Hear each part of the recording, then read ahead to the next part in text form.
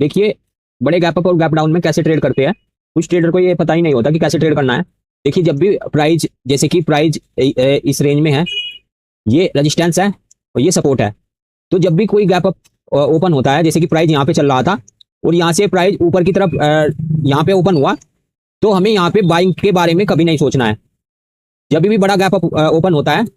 तो वहां से प्रॉफिट बुकिंग आनी होती है। आप 5 मिनट का कैंडल देखो, हाई और लो मार्क करो उसका, 5 मिनट के अंदर अंदर अगर वो ऊपर जा रहा है तो आप शांति से बैठे रहो। जब भी थोड़ा सा ऊपर जाए, ऊपर जाने के बाद आपको वहां से सेलिंग की प्रोबेबिलिटी ढूंढनी है उसमें,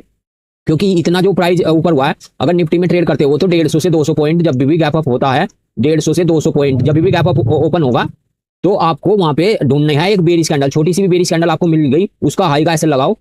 और वहां से प्राइस नीचे की तरफ आएगा ही आएगा। अगर थोड़ा सा ऊपर जाकर के, जैसे कि गैप अप ओपन हुआ, अगर थोड़ा सा ऊपर हमें और प्राइस मिल जाए तो एक अच्छा सिनेरियो हमें मिलेगा, वहां से प्रॉफिट बुकिंग आएगी। क्योंकि अगर एक छोटी सी बेरिश कैंडल भी हमें मिलती है तो जो यहाँ से बाइंग करके गए हैं वो अपना प्रॉफिट बुक यहाँ पे करेंगे और यहाँ पे और सेलर भी आएंगे, तो यहाँ पे प्रोबेबिलिटी बनती है थोड़ी सी यहाँ पे नीचे की तरफ प्राइस आना ही पड़ेगा। प्राइस को अगर सस्टेन करना है ऊपर की तरफ, प्राइस सीधा सीधा ऐसे नहीं चलता है, अगर नीचे की तरफ आएगा प्राइस सस्टेन करेगा, साइडवेज जाएगा, तब ऊपर की तरफ जाएगा प्राइस। तो वहां से थोड़ा सा हमें सेलिंग के बारे में सोचना है। जब भी बड़ा गैप अप होता है तो वहां से आपको सेलिंग के बारे में सोचना है।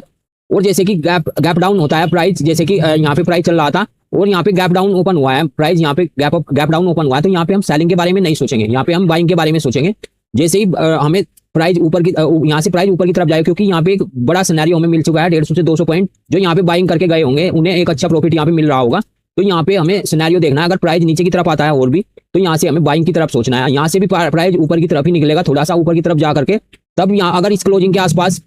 प्राइस आता है तो यहाँ पे हम सेलिंग के बारे में सोच सकते हैं, अगर हमें सेलिंग ही सोचनी है। लेकिन जो गैप डाउन ओपन होगा प्राइस, वहां से कभी भी हमें नीचे की तरफ और सेलिंग के बारे में नहीं सोचना है, क्योंकि ये धीरे धीरे ऊपर की तरफ शिफ्ट होगा और शिफ्ट होने के बाद ये